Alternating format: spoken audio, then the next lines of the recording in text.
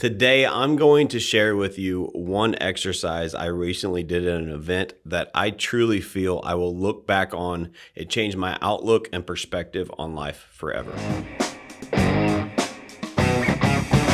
Hey guys, Matt Smith here, founder of All or Nothing in Real Estate. Today we're going to go a little different. I'm going to break down some takeaways I had from an event that I was recently at with the one and only Tony Robbins. It was at Build 22 event in Dallas. It was a mind-blowing event. We'll probably do another podcast breaking down the entire event because it was just that level and caliber of event that there's so many takeaways. But today I want to break down and share with you one exercise that lasted 5 to 10 minutes that I truly feel like changed my perspective and outlook on life forever. So we're going to break that down in a minute. As always, I have the wonderful, hold on, let me read my notes, incredibly handsome and insanely talented Colin McCluskey. Yeah, I think that's correct. Just in case you were wondering, he wrote the notes. But no, I have Colin with me today. Colin's glad to have you here. Yeah, I'm excited to break down this topic. Like you shared a little bit in our team meeting about this. Like we got to go more in depth on this because 5 minutes changing your life forever.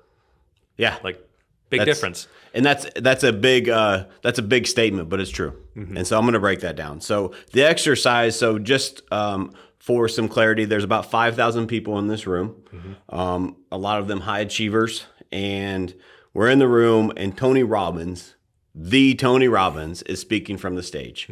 And so we're going through all the Tony Robbins typical things that you do, which is amazing, energy, change your state, all of this stuff. And towards the end, he says, all right, I want you guys to come with me. And he called it the past, present, and future exercise. If he didn't call it that, that's what I'm calling it. Right. But basically what the exercise was is he asked everybody to close their eyes, put both hands on your heart, and feel your heartbeat. And feel how your heart beats, feel how you are alive. And he went through several different things that only Tony can do. Like I can't recreate the moment. But basically the gist of it was it lasted 5-10 minutes. Everybody in the room participated. Everybody's eyes were closed. Like you could just feel it in the room. Everyone was on board. Yes, everybody was just in the moment. And he was doing it to show a couple things. Number one, to see how your heart changes when your mind changes. Your heart beats differently when you think about different things.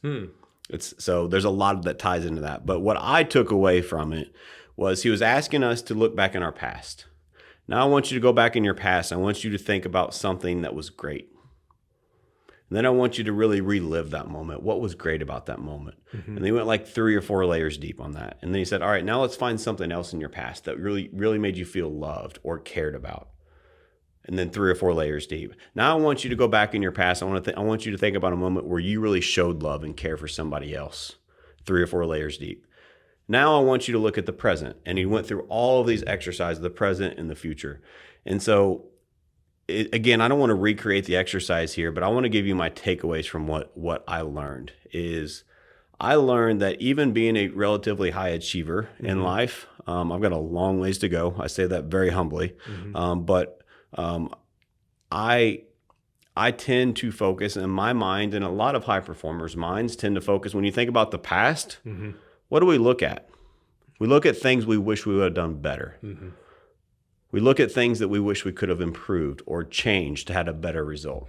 I wish I'd said this that way. I wish I'd talked to this one person. I wish I'd done that deal differently, whatever it was at the moment. 100%. We focus on what we can improve. That's where my mind goes 95, 99% of the time probably, is what can I do better? How can I get better? One more, right? Like that's my mindset. And it served me well, but this one hit different. And it was talk about your present. Do high achievers live in the moment enough? Do we truly soak in? Let's look at the past. Let's look at the good things of the past. Let's enjoy those moments. Let's relive those moments. Let's actually close our eyes, feel our hearts, and actually be there again. Because there was moments I've never thought of in my entire life that I just literally just got a goosebump moment. Like I'm getting chills the whole conversation. Dude, it was that powerful. Like I thought about things from my childhood. I thought about things with my kids that I've never thought about because I don't take the time to slow down and think about the good things that have happened in my life. The things that made me feel loved, cared for, where I cared for others. Like I just don't do that. So now I'm going to start doing that. But in this moment, it made me realize, so not only in the past do I look at things I could do better, right? Instead of appreciating the things that happened in my past, I don't live in the moment enough. I'm not grateful for the opportunity of, we talked about have to versus get to. Like a lot of times when you live a busy lifestyle, you fall into the mindset of, well, I have to do this podcast today. Right. I'm in the mindset of, I get to do this podcast. I get to share this with other people because this truly was a life-changing moment for me. And so live in the present more. As an example, I showed up to work late today. You know why? It was late start for my kids, and I wanted to take them to school because I'm living in the moment. How many more times do I get a chance to take my kids to school in the morning? I don't know. I know I did it this morning. There's a limited number, like when it comes down to it. Most of the time, I'm out the door an hour before they go to school to get to work to get shit done. Right. But like going through this exercise, it just changed me. It really did. It added gratitude. It added fulfillment. So we talked about past. We talked about present. Let's talk about future. When we talk about future, myself, I'll go through what my mind thinks. When I think of 5 years from now, I think of all the things I want to accomplish and what I want to achieve. And I think about things that are, sometimes I think about the victories that I will get there. But most of the time I think about who I have to become to get there. And guess what comes with that?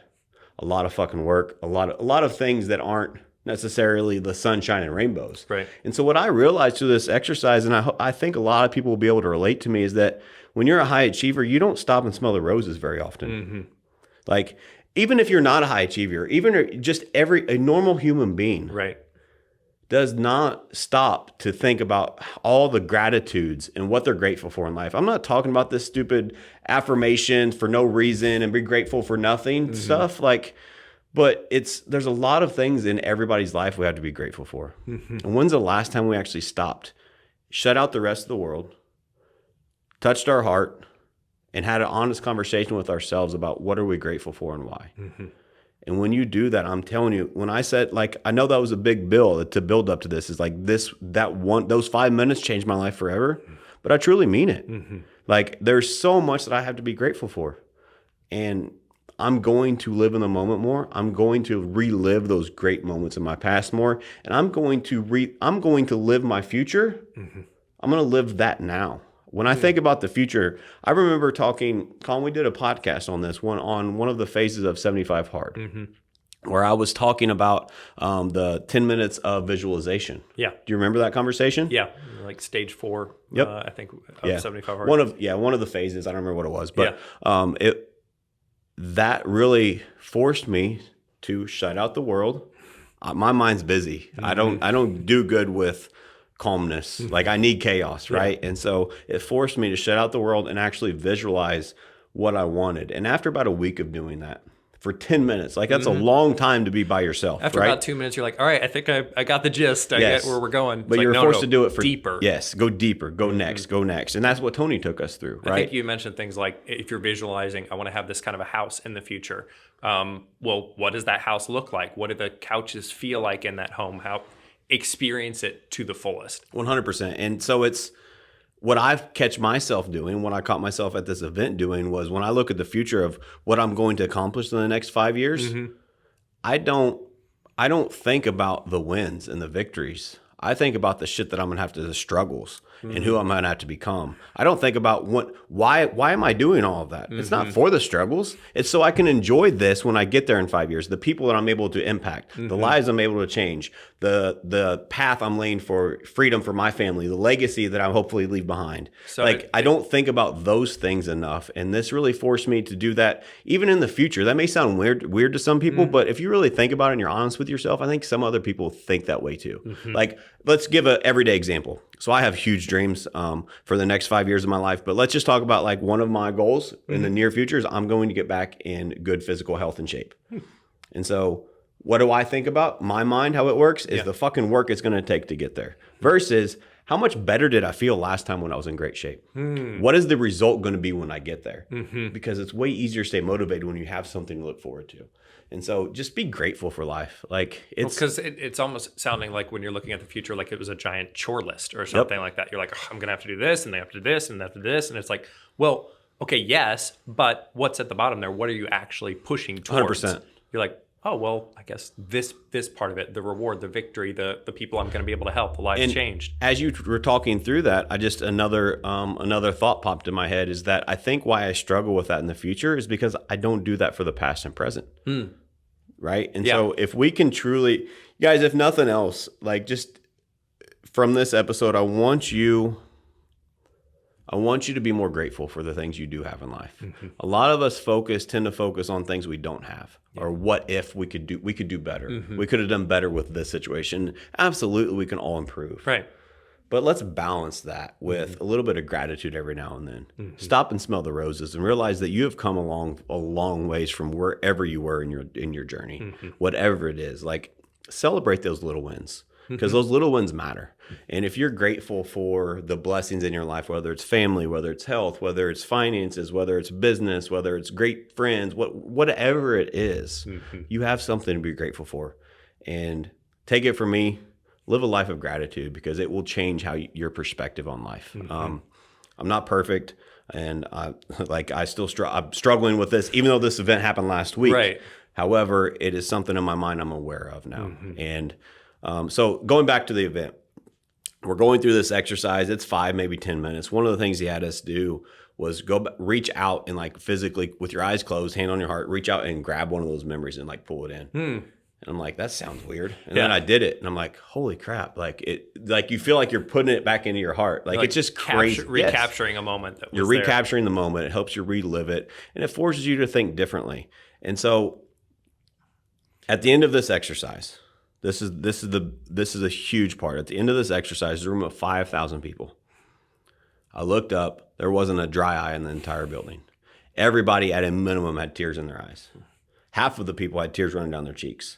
Like, it was that deep of an exercise in a moment. So I know for a fact, like, this is vulnerable for me to say this on this podcast, but I know for a fact by being there, this exercise affected everybody in that room. Yeah. It tells me we as human beings don't do that enough. And we need to be grateful for more. I think in general, we're all very hard on ourselves across the board. We usually compare ourselves to a future version of us that doesn't exist yet. And we compare our accomplishments to that version. Yep. And you say, well, I didn't do it as well as future me will. And it's like, well, while there might be truth to that, but appreciate and be proud of what you did do. Comparing to yourself from yesterday, you did phenomenal. Yep. And soak up those moments of triumph that you're like, you know what? The birthday for my child wasn't everything I wanted it to be, but it was wonderful. And she enjoyed every minute of it. So be proud of that instead of focusing all the things that you could have changed and the person you could have been. Yeah, and I want to add to that a couple things. Is don't take this as, oh, Matt's gone soft and it's all sunshine and rainbows. That's not it. But truly, we all have things to be grateful for. No, don't go too far and start being grateful that you woke, like that, hey, I put my socks on this morning. Like, if that's hard for you, great, good for you. Yeah. But stop and smell the roses and enjoy your actual wins and successes. But we all have wins and successes. And if we have a bad day and we don't have any wins for that day, it happens to all of us. That's a time to go back and think about the other things about why you're going to get up tomorrow and do better. Yeah. Because you have other things in your life to be grateful for. You have a family, you have relationships, you have people, you have things in your life, you have a mission, you have a vision, you have things to be grateful for. So focus on the gratitudes. So if people were going to go out and try this exercise for themselves, I guess what would be the easiest way in your mind to walk through that process? Just past, present, future? Yeah, so go deeper would be my best advice on that. And so what I mean is, don't the visualization as an example. Like, this could be a play off of that. Is set a timer for, I've never tried meditation. I've heard a lot of people have raving reviews. I probably should do it. I just don't. But who knows? Maybe I will. But set a timer for how long are you going to do this? Because what happens is, over time, I found myself doing this with the visualization, because I set a timer because it was very strict, right? It had to be 10 minutes. Like, that 10 minutes it felt like, 2 minutes was 10 minutes. And then I sit there for another 8, and I'm like, all right, I got to think about something different. And so sometimes we become our own worst enemy in those. So set a time that makes sense. Yeah. And truly, putting your hand on your heart, it makes you realize that you're actually a person. It sounded stupid whenever he said to do it, but really it makes a difference. Those little subtleties, whenever you're talking about your past and there's something that you want to be, think about something that you're grateful for, right? And think about it. Say it's, when my kids were born, right? As an example. Can you give one example of going, you mentioned there's like 3 stages of going deeper, just one. Yep, I was getting ready to go there. All right, go for it. So like as an example, like this is one of the ones when I went for my first daughter was born. My life changed forever that day, right? My favorite job is being a dad.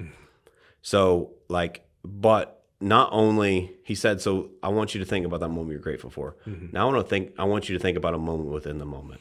What was one of those moments that happened in that moment that made you grateful?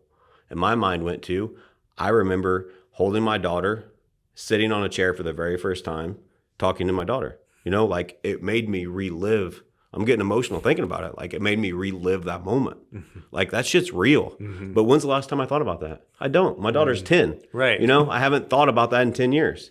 And so, and then another layer deeper, like I remember changing her first diaper. It made me remember the drive home with her. Like, cause I've never driven with a kid in the car seat before. Right. Like, so I didn't take the interstate because I thought it'd be safer to take the outer road. Speed limit was 35. Like I didn't break 15 the whole way home. You know what I mean? Like it just made me remember things like that because there's a lot of things to be grateful for in this life. And like, if I wouldn't have went deeper on that, I would just thought, oh, I'm grateful to be a dad. That's different than going 3 layers deep about what in that moment makes you grateful. What about the other moments that happen around that you're grateful for?